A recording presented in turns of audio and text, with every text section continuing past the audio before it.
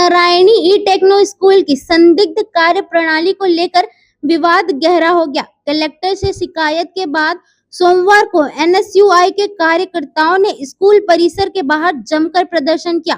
कार्यकर्ताओं ने स्कूल प्रबंधन पर हजारों छात्रों के भविष्य से खिलवाड़ और डॉल्फिन स्कूल की तर्ज पर शहर से पलायन की साजिश रचने का आरोप लगाते हुए घेराव किया। नारायण ई टेक्नो स्कूल के खिलाफ चल रहे जांच की मांग अब आंदोलन का रूप ले रही है।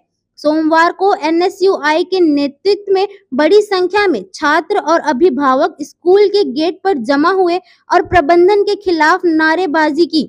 प्रदर्शनकारियों का आरोप है कि स्कूल प्रबंधन छत्तीसगढ़ शिक्षा नियम और पारदर्शिता को दरकिनार कर केवल पैसा बटोरने में लगा है।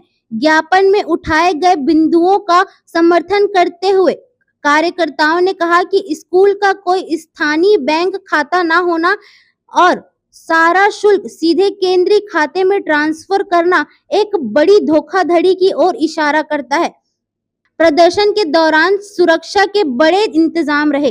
देखिए, ये नारायणा टेक्नो स्कूल पिछले 2 साल से यहाँ संचालित है और उसको लेकर के बहुत सारी शिकायतें पेरेंट्स की आ रही थी। सबसे जो मूल बात यह है कि नारायणा स्कूल संस्था के द्वारा जो बच्चों से फीस लिया जा रहा है उसका बिलासपुर या छत्तीसगढ़ में कोई सोसाइटी के नाम से कोई खाता नहीं है।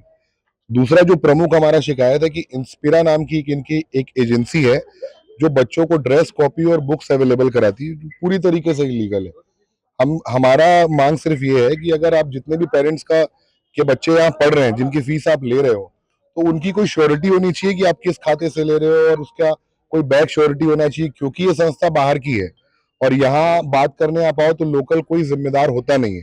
तो हम ये विरोध करने आए थे कि आप जितने भी पालक पेरेंट्स के बच्चे यहाँ पढ़ रहे हैं उनकी सुरक्षा, उनकी फीस को लेकर के सेफ्टी, इसकी जिम्मेदारी लोकल बॉडी ले स्कूल से, जो ये कह रहे हैं कि 2 दिन में करेंगे।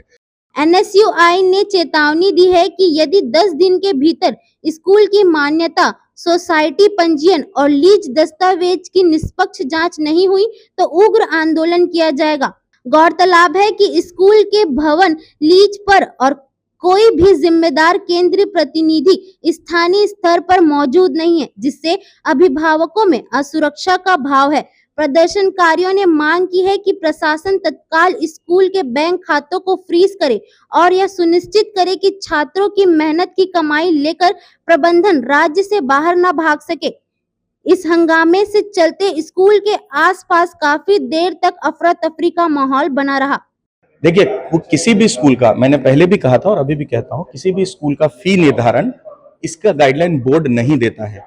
कोई भी बोर्ड इसका गाइडलाइन नहीं देता है, क्योंकि अपने शहर में सीबीएसई से ही संबद्धता प्राप्त अलग अलग विद्यालय हैं जिनका फी स्ट्रक्चर अलग अलग है।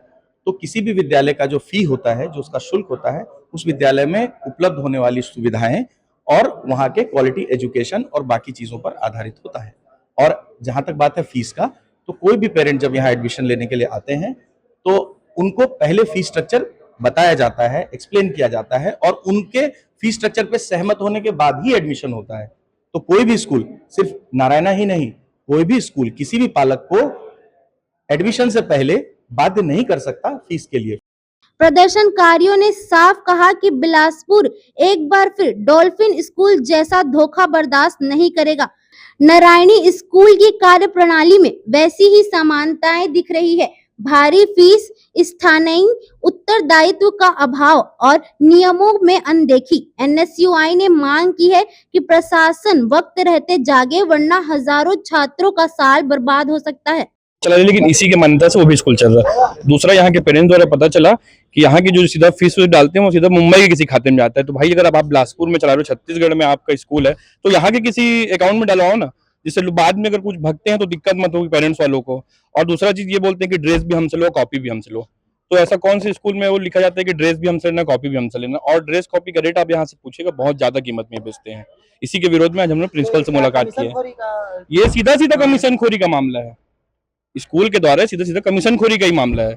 आप एडमिशन लो, पढ़ाई की फीस लो, लेकिन आप ड्रेस और इसका पैसा क्यों अधिक मात्रा में ले रहे हो?